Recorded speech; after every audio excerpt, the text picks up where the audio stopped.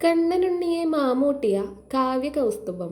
ആഞ്ഞത്തിനോടൊപ്പം ഗുരുവായൂരിൽ ഭക്തന്മാർ അനുസ്മരിക്കുന്ന നാമമാണ് കാവ്യകൗസ്തുഭം. ഉണ്ണിക്കണ്ണനെ ഉണ്ണാൻ വിളിക്കുകയാണ് യശോദാമ്മ.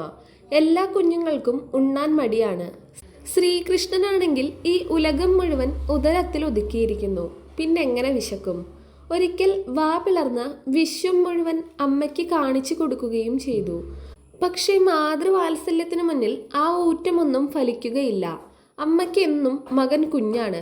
കളിക്കുന്നിടത്ത് ചെന്ന് സസ്നേഹം യശോദ വിളിച്ചു. വെയില് കൊണ്ട് നിൻ പൂവുടലയ്യോ താളുപോലെ തളർന്നു പോയി മണ്ണിലോടി കളിച്ചത് മതി കണ്ണനുണ്ണി മാമുണ്ണണേ. അമ്മയുടെ വാക്കുകേട്ട് കണ്ണൻ ചിരിച്ചു. ഉണ്ണാൻ വേണ്ടി കളി നിർത്തുകയോ? മണ്ണിലോടി കുറെ കളിക്കാനായിട്ടാണ് ഉണ്ണിയുടെ അവതാരം തന്നെ. എങ്കിലും ഭക്തന്റെ ദൈന്യം കണ്ടാൽ ഭഗവാൻ ഓടിവരും. ആ ദൗർബല്യമറിയാവുന്ന യശോദ സ്നേഹകാതരിയായി വീണ്ടും പറഞ്ഞു. മങ്ങിടുന്ന വിശപ്പാൽ നിൻമുഖം കിങ്ങിണി കിഴിഞ്ഞിടുന്നു. നിന്നമ്മയ്ക്കിത് കാണാൻ വയ്യല്ലോ കണ്ണനുണ്ണി മാമുണ്ണണേ. ഓമനെ ഉണ്ണി മുത്തേ, വിശന്നു നിന്റെ മുഖപത്മം വാടിയിരിക്കുന്നു. വയറൊട്ടി കിങ്ങിണി കിഴിഞ്ഞു തുടങ്ങി. അമ്മയ്ക്കിത് സഹിക്കുവാൻ പറ്റില്ല. കുഞ്ഞേ, ഉണ്ണാൻ വരൂ. കണ്ണൻ കൈ കഴുകി അമ്മയോടൊപ്പം ചെന്നു. യജ്ഞശാലകളിൽ ചെല്ലാൻ ലജ്ജിക്കും പാദമുള്ളവൻ. യജ്ഞശാലയിൽ ശുദ്ധി പോരാ. അതിനാൽ ഭഗവാൻ നേരിട്ട് ചെല്ലാറില്ല. അഗ്നിയിലാണല്ലോ ഹോമിക്കാറുള്ളത്. ഇവിടെയും കുറച്ച് ഗൗരവമൊക്കെയുണ്ട്. പക്ഷേ അമ്മയുടെ മകനല്ലേ. അമ്മയ്ക്ക് ഉണ്ണിയുടെ ഉള്ളിലിരിപ്പറിയാം. ഉണ്ണിക്ക് സദ്യ ഒരുക്കാൻ ഒരു രാമയ്യൻ പട്ടരെ തന്നെ നിയമിച്ചിട്ടുണ്ട് യശോദ. ഈ രാമയ്യൻ കണ്ണന് പുതിയ ചില വിഭവങ്ങളും ഒരുക്കിക്കൊടുക്കും. എന്തെല്ലാമാണെന്നോ? വറത്തുപ്പേരിയും കാളനും ചോറും കട്ടത്തൈരും ചമ്മന്തിയും വെണ്ണനെയ്യും വിളമ്പിയിട്ടുണ്ടതാ ചുറ്റും കണ്ണനുണ്ണി മാമുണ്ണണേ. ഉപ്പുമാമ്പഴം, പപ്പടം എന്നിതെല്ലാം വിളമ്പിയിട്ടുണ്ടതാ കണ്ണനുണ്ണി മാമുണ്ണണേ. നിവേദ്യം കണ്ടാലും തേവര് തെളിയില്ല. അപ്പോൾ യശോദ കണ്ണന്റെ കൂട്ടുകാരെയൊക്കെ സൂത്രം പറഞ്ഞ് പൊന്നിൻ കിണ്ണവും കൊടുത്ത് പിടിച്ചിരുത്തും.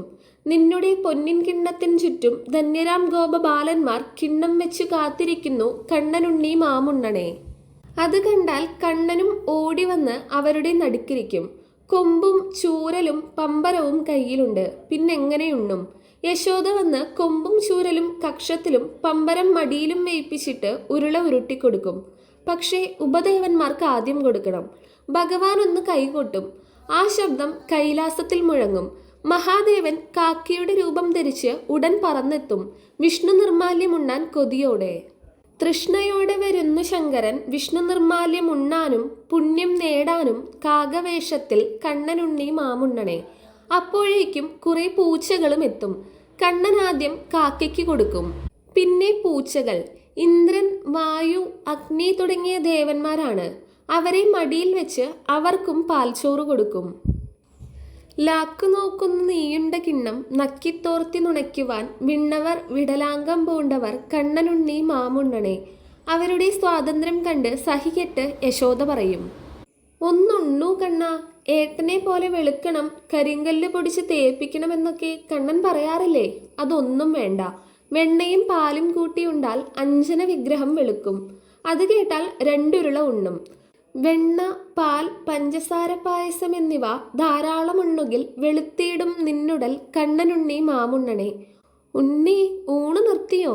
തൈരും പരിപ്പും കൂട്ടി ഉണ്ടെങ്കിലേ ഈ മുടി എന്നും ഇങ്ങനെ വണ്ടുരുണ്ടി കൂടിയ പോലെ ചുരണ്ടിരിക്കും. യോഗികളുടെ ജട വളരും പോലെ നീണ്ട് മണ്ണിൽ മുട്ടാൻ മുടി ഉണ്ടാവണ്ടേ ഉണ്ണിക്ക്? കട്ടത്തൈരും പരിപ്പും വെണ്ണയും ചട്ടവും കൂട്ടി ഉണ്ണാഞ്ഞാൽ ചൂർണകുന്തളം നീളം വെക്കില്ല കണ്ണനുണ്ണി മാമുണ്ണണേ. അത് കേട്ടാൽ സന്തോഷമാവും. അല്പം കൂടി ഉണ്ണും. മുടി പിടിച്ച് നീളം നോക്കി രസിക്കും. അപ്പോഴേക്കും ചോറൊക്കെ ശിങ്കിടികൾ ശാപ്പിട്ട് കഴിയും.